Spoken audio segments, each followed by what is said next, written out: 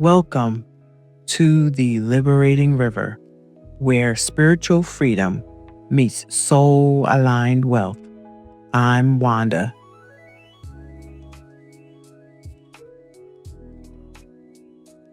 As I have been saying, money in relationships is never just about numbers.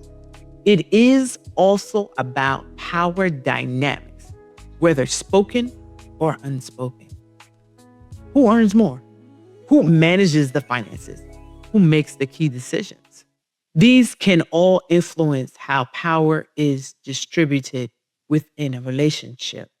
These dynamics do not always present themselves in obvious ways. Sometimes they are subtle. Sometimes they are felt more than they are spoken. And often they operate beneath the surface until tension brings them to light. The key issue here is not income disparity. It is not. It is the lack of clarity and communication around roles and expectation. When these dynamics remain unspoken, they create silent hierarchies. And silent hierarchies often lead to imbalance, not just financially, but emotionally. Healthy relationships do not eliminate differences in income or roles. They address them openly. They create agreements that feel fair, not just financially, but emotionally. Fairness is not about equality of numbers. It's not. It's about equality of voice and respect. It is easy to assume that financial imbalance is the primary issue in relationship. It's very easy to assume that. But more often than not, the real issue is emotional imbalance. I'm going to keep saying that. It's emotional imbalance. You can have two partners earning similar incomes, but still experience conflict if one feels unheard or unsupported. You can also have a significant income gap and still maintain harmony if both partners feel valued and respected. This is because emotional experience matters more than financial structure. One of the clearest indicators of imbalance is this: who gets to feel calm? Who gets to feel calm? If one partner consistently feels anxious, stressed, or overwhelmed, while the other remains detached or unaffected, there is a disconnect. That disconnection may not be intentional, but it needs to be addressed. Financial maturity in relationships is not about perfectly splitting expenses or matching contributions. It is about creating an environment where both partners feel safe, heard, informed, and involved. And what that winds up becoming is transparency. Transparency is required for communication. And most importantly, it requires shared regulation. Because when both partners can stay grounded, even difficult financial conversations become manageable.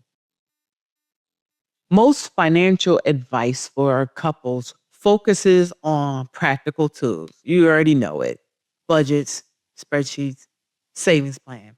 While those are useful, I am not knocking it, but they are not significant on their own. Without psychological awareness, even the best systems can fail. That is why the most important questions couples can ask are not about numbers. They are about experiences, mindset. How's that? Think about it.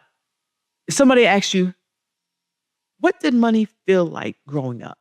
Do you know what this question actually does? It opens the door to understanding each partner's financial conditioning. It reveals the emotional environment that shaped their beliefs and behaviors. That's critical. What if somebody asked you, what does financial security mean to you emotionally? What you must understand is this: security is subjective. So, to pose that question, you are going to learn that person's mindset around security. Think about it. For one person, it might mean having a certain amount saved. For another person, it might mean freedom from restrictions. Understanding these definitions help align expectations. What if somebody came to you and said, "What is your biggest fear about money?" Has anybody ever asked you that? This question helps the partner know who and what is driving you emotionally. Because whatever you name is driving your behavior. Naming it, just like in everything else in life, it reduces its powers and creates space for discussion. And this question: how do you respond when you feel financially unsafe? Has anybody asked you that question? Most people won't ask this question because this question brings awareness to patterns, whether it's avoidance, control, or seeking reassurance. These questions shift the conversation from surface level management to deeper understanding. They create a foundation for collaboration rather than conflict, rather than domination. Because the fact is, you cannot build financial stability on misaligned emotional foundations. So, how do you create an emotionally safe environment so that you can hold these financial conversations? Creating an emotionally safe environment for these financial conversations is critical. Posing the questions and communicating clearly can shift an atmosphere. Emotional safety is what allows honesty to emerge. Without it, conversations become guarded, defensive, and superficial. Creating safety requires intention. It means choosing the right time and the right setting for conversations. It means approaching discussions with curiosity rather than accusation. It means listening to understand, not to respond. It means regulating yourself before engaging. If you enter a conversation already activated, you're frustrated, already anxious, or defensive, you are more likely to escalate the conversation rather than resolve the situation. You know what I've learned? I've learned to do this. Set aside a dedicated time for financial discussions. Schedule it. Schedule it. Schedule it. It will help your mind to be prepared for the conversation. Also, control your tone and make sure you respect the other person's perspective. When they give responses, respect it. Because again, they're coming with their luggages and their experiences, their patterns. Something else I learned: take breaks. Don't try and sit through and say, "Oh, I'm going to sit through and just sit." No, no, no, no, no. Mm-mm, mm-mm. Take breaks if the conversation becomes overwhelming. I understand this can be hard. And whew, it could definitely be hard. Why? Because some people love to drill and thrive off of chaos. I hate to say it that way, but that's what it is. Because sometimes you want to stop the conversation, and maybe the person you're talking to want to keep going and going and going. And you're saying, listen, I need a moment because right now I'm on the defense and I'm feeling that you're being a little too aggressive. And it's not about controlling the other person, it's about controlling you. So even when I've stopped conversations, it's about me because I know I'm about to react or I'm about to say something that truly might damage our relationship. So give me a minute. Let's revisit it. Let's take 5 minutes. Let's take 10 minutes. Let me recenter myself. Let me do something. But sometimes those loving individuals don't want to stop and it becomes overwhelming. All I can say is you can attempt,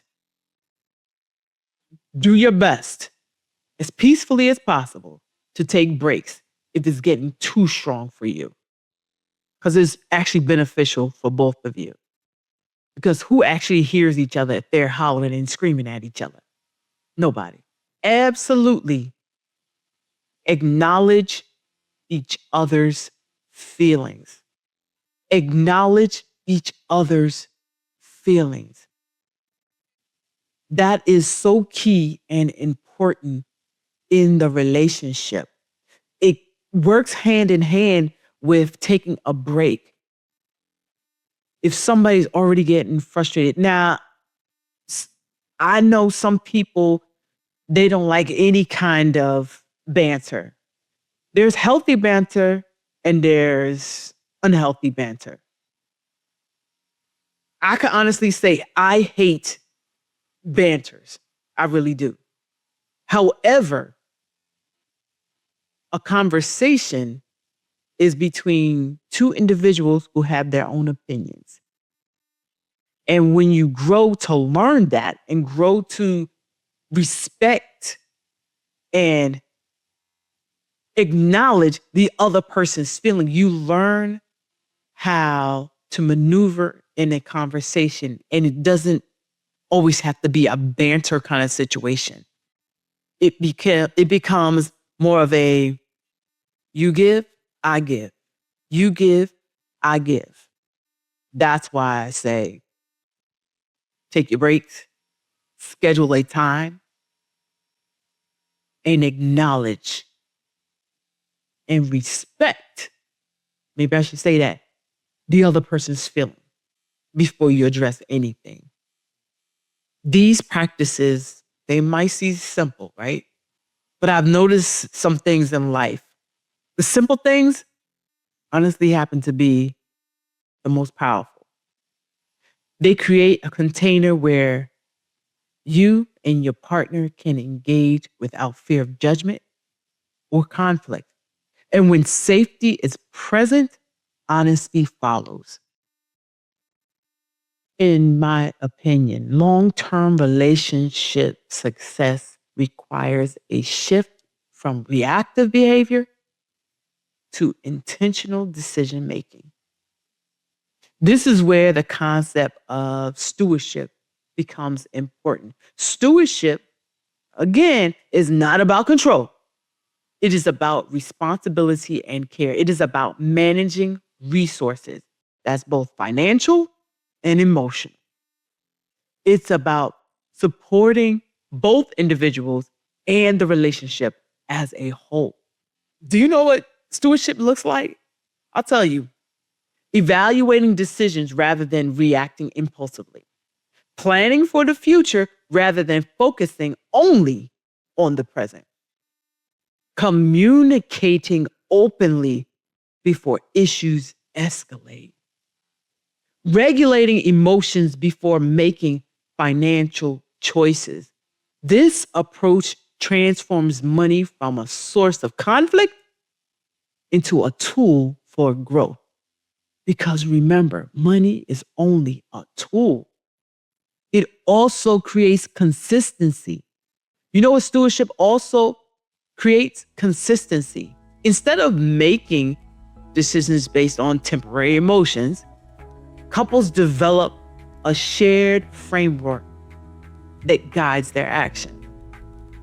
That framework becomes a stabilizing force, especially during times of stress or uncertainty. Stay tuned. To be continued. Coming next week.